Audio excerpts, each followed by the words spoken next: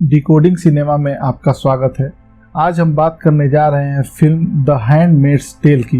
ये 1990 में आई हुई एक अमेरिकन फिल्म है। तो इस फिल्म की कहानी ये है दोस्तों कि ये 2040 की फिल्म है, यानी कि 50 ईयर्स बाद की फिल्म थी जिस समय ये बनी थी।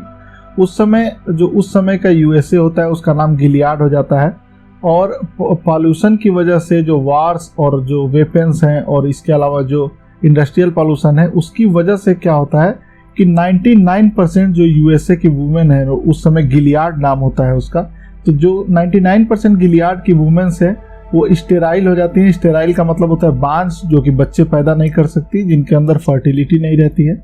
और ऐसा इसलिए होता है क्योंकि उस टाइम की जो गवर्नमेंट होती है यूएस की, वो टोटलिटेरियन होती है, उसके अलावा पैट्रियार्कल होती है और थियोक्रेटिक होती है, यानी कि वो एक तरीके से तानाशाही की सरकार होती है। और उस वजह से युद्धों में फंसे हुए जो लोग हैं उनका कोई अधिकार नहीं रह जाता है, और आम लोग सिर्फ और सिर्फ मजदूरी कर सकते हैं और सामान्य काम कर सकते हैं। और जो शासक वर्ग है उसके जिम्मे ही सारे अच्छे काम होते हैं, सारी प्रॉपर्टीज उनके पास होती है, और समाज के भीतर बहुत ज़्यादा विषमता होती है। तो ये कहानी जो गिलियाड की है, इसमें 3 कैरेक्टर होते हैं।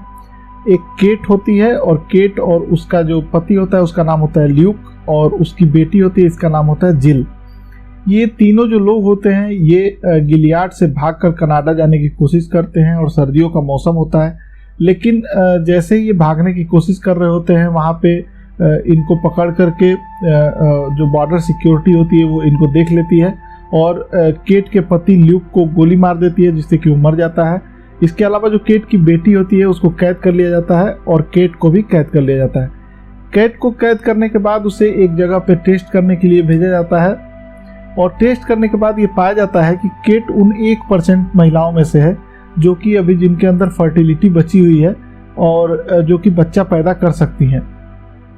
ऐसा जब चेक करने के बाद पता चलता है तो वहाँ पे सिस्टम बनाया गया होता है गिलियाड में कि वहाँ के बाद उन्हें एक दूसरे सेंटर पर भेज दिया जाता है जिसका नाम होता है रेड सेंटर।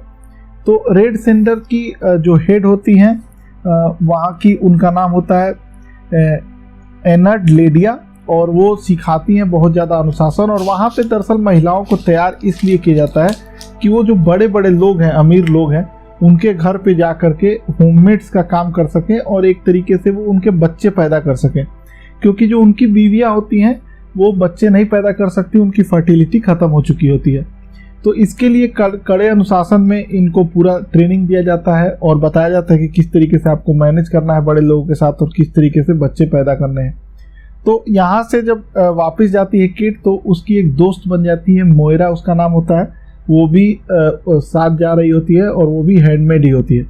तो जो जिस जगह पे वो जाते हैं वो ऑफिसर होता है, उसका नाम होता है फ्रेड, जो कि कमांडर होता है वहाँ का, और उसके घर पे जाके रहना है किट को, और उसका बच्चा पैदा करना है।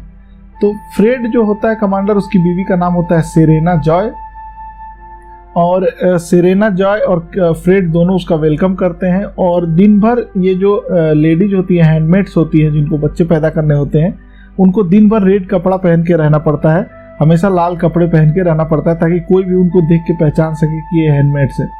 तो वहाँ पे जाने के बाद वो लोग क्या करते हैं कि वहाँ पे सेरेमनी होती है, और एक पूरा उसका एक सिस्टम है, पूरी एक रवायत है। और उसके बाद से जो है फर्स्ट नाइट में फ्रेड जो है उसके साथ केट के साथ सेक्स करने की कोशिश करता है, और उसकी बीवी भी वहाँ पे साथ रहती है। और उसके बाद से क्या होता है कि कुछ दिनों तक ऐसे ही चलता रहता है। फिर क्या होता है कि केट डिप्रेशन में जाने लगती है, उसको अपनी बेटी याद आती है पुरानी, जिसको कि कैद कर लिया गया था। और एक दिन रात को केट छत से नीचे आकर के सुसाइड करने की कोशिश कर रही होती है। तो ये जब उसके दिमाग में ख्याल आ रहा होता है, तभी उसे एक कमांडर का ड्राइवर होता है निक, वो दिख जाता है। और निक कई दिनों से उसके साथ फ्लर्टिंग करने की कोशिश कर रहा होता है, लेकिन वो उसे भाव नहीं दे रही होती है। लेकिन इस बार जब वो दिखता है तो फिर वो उसके साथ इंटीमेट हो जाती है, और उसके साथ उनका जो है अफेयर एक तरीके से स्टार्ट हो जाता है।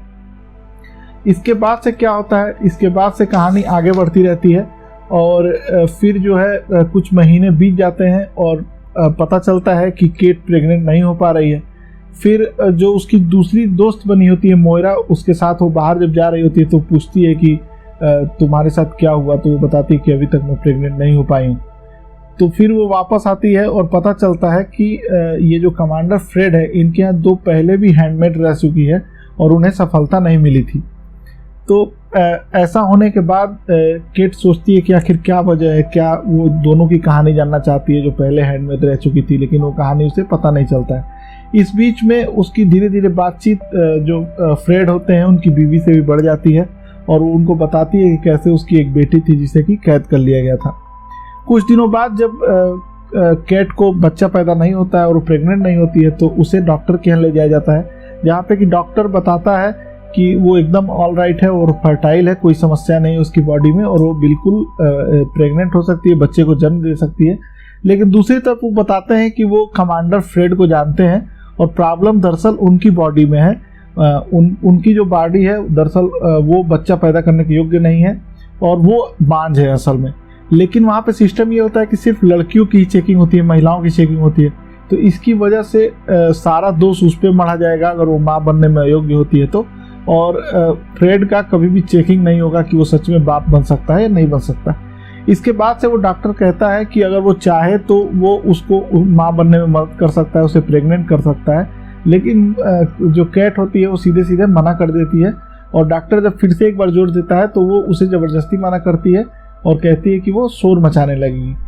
फिर डॉक्टर कहता है कि ठीक है आप वापस घर जाइए, और वापस जब वो घर जाती है तो उसे पता चलता है कि जो पिछली 2 हैंडमेड्स थी उन्होंने सुसाइड्स कर लिया था और उसी वजह से किया था कि वो माँ नहीं बन पा रही थी। इसके बाद आगे की कहानी में ये होता है कि आगे एक दिन दिखाया जाता है कि ये जो हैंडमेड्स होती है उनको इकट्ठा करके और वहाँ पे एक हैंडमेड को फांसी दे दी जाती है क्योंकि उसने जो है बेवफाई किया था जिसके साथ उसे रहने को कहा गया था। उसके अलावा उन्होंने किसी और के साथ अफेयर चला लिया था। इस बीच दूसरी तरफ जो फ्रेड है और जो कैट है दोनों के बीच में दोस्ती बढ़ जाती है और वो दोनों आपस में दूसरी बातें भी साझा करने लगते हैं।